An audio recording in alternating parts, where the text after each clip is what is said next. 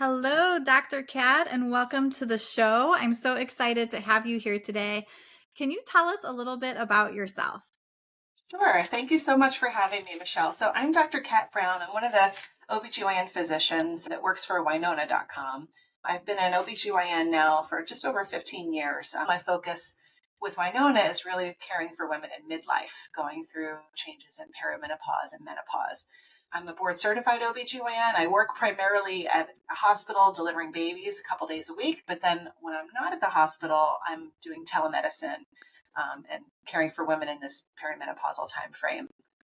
Um, Yeah, I love that. Tell us a little bit, real quick. What is perimenopause versus menopause? sure. So we'll start with menopause because that's more of a definitive time. So menopause is the time when our reproductive system basically phases out of the reproductive phase. So it's when we actually stop having menstrual cycles. And we can't really tell you you've been through menopause until you've gone a full 12 months without a period.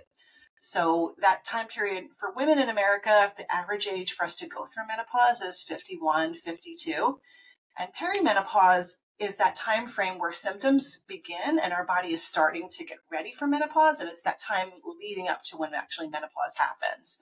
So for some women, that can happen for 10 years before they actually stop having periods. So perimenopause on average can start for women anywhere between 40 and 45, but we have women on the early side that can sometimes start experiencing symptoms in their late 30s. And some women are a little bit later bloomers and sometimes won't start having perimenopause symptoms until later. But there's a lot of symptoms and things that start changing in our bodies during that time frame that can kind of clue you in that you might be in that perimenopausal phase. So many women will start to notice their periods may become a little bit more erratic, where someone may have been regular having cycles every 28, 30 days, all of a sudden might skip a month, or their period might come late, might come early, might start having more than one period in a month. And then also we start to see other symptoms develop like sleep disturbances, either insomnia, trouble falling asleep, sometimes trouble staying asleep. And that usually kind of creeps in first. And then you might start noticing changes in vaginal lubrication, vaginal dryness, changes in your response to sexual stimulation. And then later on, as you get further into that phase, you'll start to develop other symptoms like hot flashes, night sweats.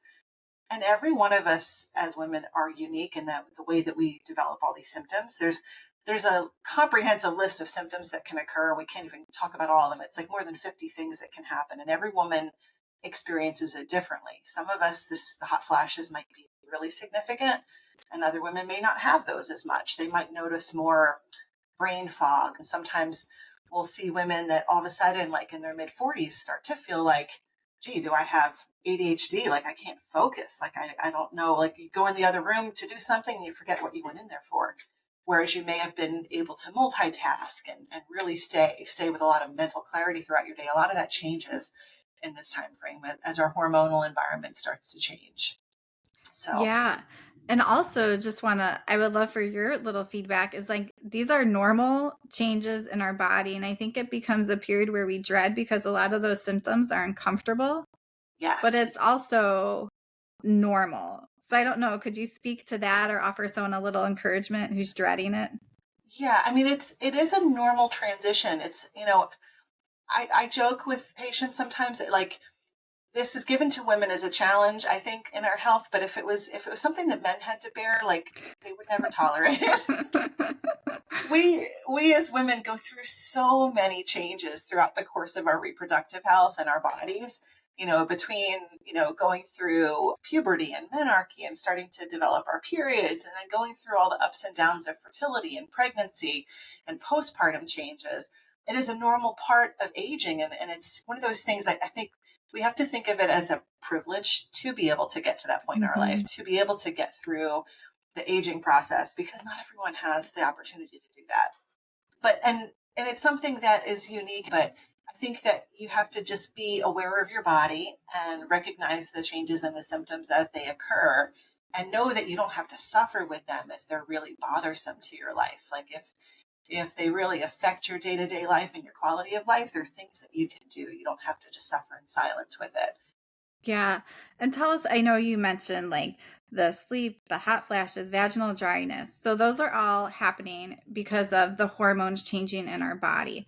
So can you Yes. give us just a very brief or simplistic view of like what's happening with some of the hormones that are driving these symptoms?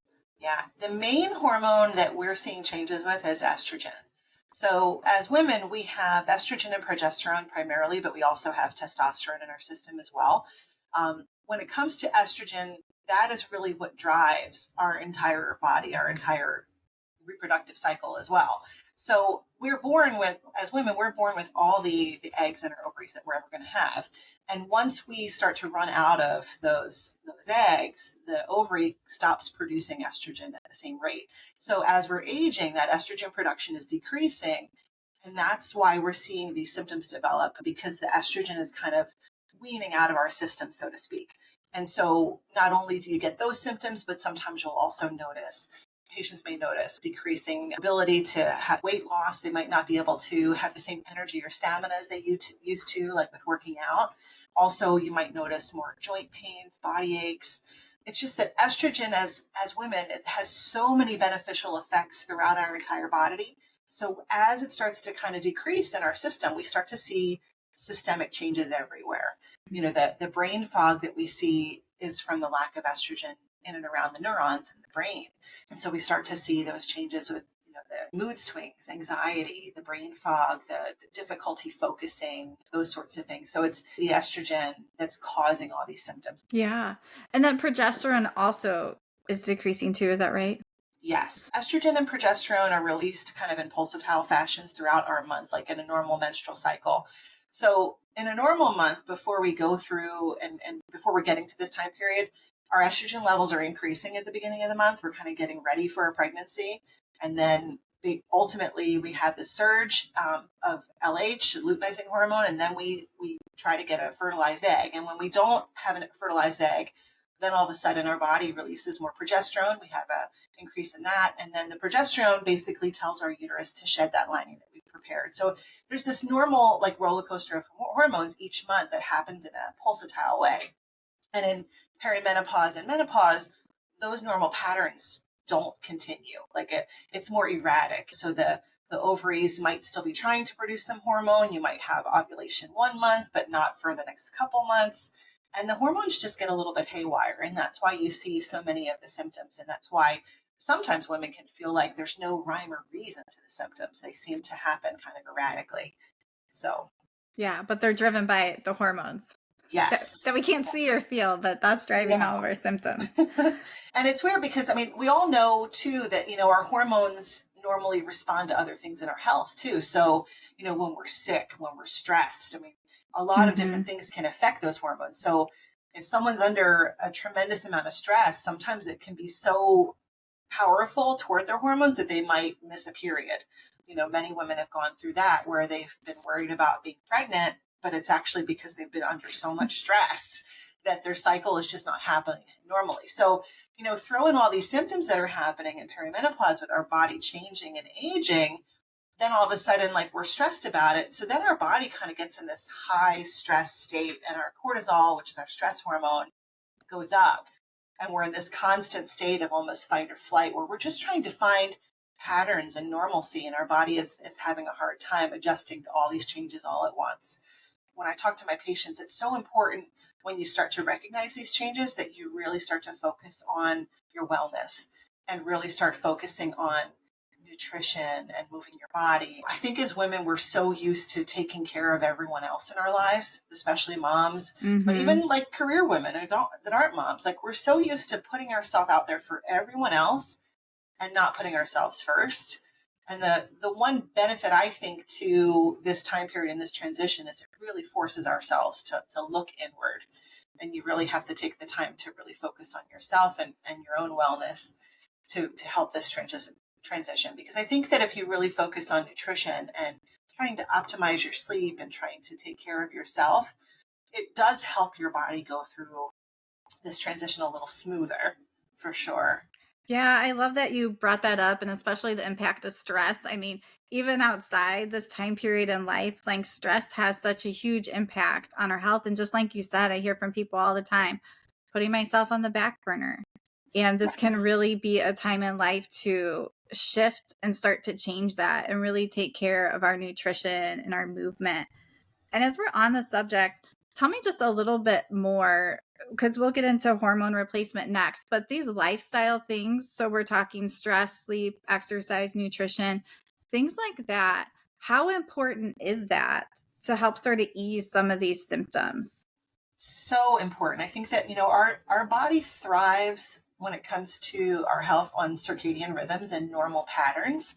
And so feeding ourselves more whole foods, more natural foods, fresh fruits and vegetables, whole grains is very important, but also trying to maintain and prioritize your sleep. And I'm probably one of the biggest offenders of that because as an OBGYN, my sleep has been incredibly fragmented and irregular because God knows, like most babies don't like to come during the normal business hours. But when you get into your 40s and you start to notice these changes starting to happen, you realize how powerful and how well you feel after a good night's sleep. And that the sleep hygiene is such an important part of your overall health and wellness. And it really helps your body to be more resilient to like adapt to these changes too. Yeah, I love that because I think it gets so easy to like sort of that pill for an ill. And we might need that piece too, but we can't brush off these lifestyle pieces that sometimes can feel like harder to change. Like if someone's having trouble sleeping, that can seem really hard to fix, but it's important that we spend time on that too. So tell Yeah. me a little bit more about hormone replacement therapy and like bioidentical hormones, what that means. Sure, sure. So basically, in a nutshell, hormone replacement therapy is giving your body back the hormones that it's starting to have decreased in like, on natural production. So mainly adding back in estrogen. We used to, I mean, really now we're kind of gearing toward calling it hormone therapy rather than hormone replacement therapy because we're not really trying to replace the levels that they were pre-menopause. We're not trying to like match the levels, ounce for ounce. But what we're trying to do is give your body back its hormones so that we can ease those symptoms and help your body through the transition. And basically the term bioidentical it's a buzzword, it's kind of a trendy word, but we're trying to replace the hormones that are identical to what your body was making on its own. So some of the hormone treatments that are available and a lot of the very traditional hormone replacement medications that have been available, especially offered by prescription and from your doctor, have been synthetic hormones that were created in a lab. One of the oldest known, that's been around the longest, is a medication called Premarin. And the interesting thing about that is that the word Premarin actually comes from how the medication is derived. It comes from pregnant mare's urine, which, when you think about it, like you're taking hormones that are coming from pregnant horses. So when you look at the label, whether it's an oral Premarin or whether it's a topical Premarin, which are estrogens, it says conjugated estrogens. Basically, it's a group of a lot of different types of estrogen, but there are several estrogens in those compounds that are not even biologically active in human females. So that's not bioidentical, for an example. Whereas estradiol, which is a hormone that our ovaries naturally produce, is considered bioidentical because it's identical structurally and chemically when you look at the molecule to what our ovaries are producing on their own when they're in their peak. So bioidentical hormone therapy is giving your body back those same hormones that it was creating on its own. And there's a lot of different ways that we can give hormone therapy. There's pills that you could take, but there's also topical or what we consider to be transdermal, which is given through the skin. And that can be in a patch form or in a cream form. There's even some that are gel form. Those tend to be a little bit easier for your body to acclimate to and to absorb because it's less of a dose getting right through your bloodstream, through the skin. Whereas when you take a pill, it has to be broken down by your stomach and metabolized by your liver before it gets to the intended tissues that it was meant to get to. There was a study done, over 20 years ago called the Women's Health Initiative Study, the WHI, you'll hear people refer to. And it came out and gave some very scary conclusions to their study, basically saying, that hormone therapy could increase your chances of breast cancer and that it increases your chance of clot or stroke, DVT or pulmonary embolism. But when we look back at those studies, we found out that they were giving hormone replacement to patients that really weren't great candidates for it. They were starting it on much older women that, really we know the benefit of hormone therapy is to give it when women start having symptoms, not after they've already completed menopause and are 10 years beyond. So giving it to women in their 40s and 50s is much safer. And also the dosage is important. So in general, when it comes to hormone therapy, we want to go with a low dose for the shortest duration that your body would need it. So we're still fighting the stigma of that WHI study. And that's why a lot of women have trouble finding providers that are out there that are willing to prescribe. God knows you look at the TV and you see all these ads for erectile dysfunction and all this focus on men's health, but not so much on women's health, right? So we're helping generations of men keep their erections, but we're not helping their female partners be able to deal hormonally with that, or even to be biologically responsive to sex because their hormones are all out of whack. So now's the time to really focus on women's health and really make this more readily available and let women know and help educate people on what's available out there to help them through this. Yeah. And with the Women's Health Initiative, did they use bioidentical hormones in that study? Not typically. No. So that most of those were the old traditional synthetic hormones. And so, there are some good prescription medications out there that are more bioidentical, but there are still a lot on the market and a lot that are prescribed that are of the synthetic nature that your body doesn't tolerate as well. So. Yeah, and I know I had read that before. A big key is not starting these hormones 10 years after, because that can have a big negative effect on cardiac health and different things like that. Right. Mainly our cutoff is 60.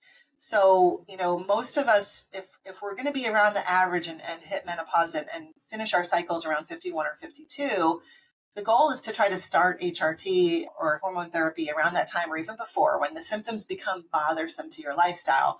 But if you wait until age 60, there's some data out there to say that if we start hormone therapy after the age of 60, when you've not been on it before, it can actually do some more harm than good if we start it too late. So that's the key is starting it when it's safest for you. And in the long run, it's if you start hormone therapy in your early 50s or your late 40s, it actually has so many beneficial effects, and it's actually cardioprotective on the other side. It's actually very helpful and helpful against heart disease if you start it at the right times. Yeah, tell us a little bit more about that, because estrogen is cardioprotective, and that's sometimes why females, you see less heart attacks in that earlier part before menopause, correct? Yes. Yeah. So estrogen basically is beneficial to the vessels in our heart and the heart muscle. And the reason we get joint pain is because with estrogen loss, sometimes the joints don't function as well. They're not as well lubricated. Probably a perfect example of how tissues respond to estrogen is the skin and hair, the vaginal skin even. When we lose estrogen from those areas, the skin becomes more brittle, thinner. And what happens is when we replenish estrogen, the skin gets thicker, it's more supple, more elastic. So it does the same thing to those blood vessels in and around the heart, the cardiac vessels as well. So, and that's how it can be cardioprotective. Yeah, and I just want to highlight, so you said once your symptoms become bothersome, that Right. might be a clue. Let's reach out and see if we can get some support. I also want to highlight, doing replacement therapy in a safe way. So you're like, we're going to start with the lowest dose. We're going to shorten the time span if we can, really listening to the patient. So anything else to say there? So sometimes, there's not a one size fits all for every woman. So sometimes we start a dose and there needs to be some communication back and forth, some tweaking here and there before we find what works best. And the best way I explain that to patients is that it's kind of like trying on clothes, kind of like trying on jeans, right? So every one of us likes a different cut, a different style, a different fit. And so sometimes medications are like that too, and especially hormone therapy is. So we might start a patient on one form of hormone therapy and have to tweak it, or maybe switch from pills to cream or to patch, from patch to cream, or vice versa. And sometimes it takes a little trial and error before we find, the right formula for a patient. Yeah, I love that. All right, guys. So Dr. Kat works for Winona Health, which is an online company that everyone can get access to, because I know sometimes it can be hard to find a doctor who's going to listen to you and prescribe some of these bioidentical hormones. and also value the importance of lifestyle too. So tell us a little bit more about Winona Health and how people can reach out to you guys. Sure, sure. So we came into existence purely for the fact that women didn't have access. And the company was born in the height of COVID. It started in 2021, when women were having a hard time getting into the doctor's office to begin with. But still, there's a lot of women that show up and bring up these concerns, and they might even have their provider draw some labs, which, by the way, aren't really necessary to start somebody on hormone therapy. And then what happens is they might, have a provider that doesn't feel comfortable. So Winona is a little different in that if you're having symptoms, all you have to do, and you can check it out, even if you're not sure if you are perimenopausal or menopausal, there's a lot of free resources and education on our website too, because it's really important for us that women have the knowledge they need. Because to me, knowledge is power. So all you have to do is go to buywinona.com and you'll put in your information. You can put the state that you live in. Right now, we're in 30 states out of 50. I think we might even be increasing that in the next couple days. And you'll go through an online adaptive questionnaire if you're interested in treatment. And it'll go through a very thorough questionnaire of your medical history, what medications you're on, because it's very important for us if we're going to prescribe a medication through telemedicine that the patients are healthy and good candidates for it. Because if you have significant medical problems, like you've had a blood clot in the leg or the lung in the past, you're not a great candidate for telemedicine for something like this. It would be more safe for you to seek treatment in person. But if you go through the questionnaire, it then sends your profile to one of our Winona doctors like me. We review your medical history, and if I have questions about the medications you're on or about something in your history, I'll message with you back and forth. It's an asynchronous telemedicine model, meaning that you don't have to schedule a video visit like this. So you could do this at 1 o'clock in the morning when you wake up with a night sweat. You don't have to wait like 2 or 3 weeks to get an appointment to see somebody online even, because it all can be done asynchronously, and you can message your doctor at any point. And if we find that you're a good candidate, we'll talk about what medications you might be most interested in, whether they be pills or cream or patch. And then if we find that you're a good candidate and we agree with what to start with you, and then we'll order the medication, and it gets shipped directly to your home from our pharmacy. So, and then we can make adjustments based on how you feel with the medication. We check in frequently. You could message your doctor anytime you want on Winona, which is kind of nice. So you have ready access whenever you need to. Yeah, I love that. Well, thank you so much for coming on the show today, Dr. Kat, and sharing some of your wisdom. I hope you guys all enjoyed this episode and took some information away. The links will be in the description down below, so it's easy for you guys to click. Hey friends, thanks so much for watching. Make sure that you hit subscribe and ask any questions down below.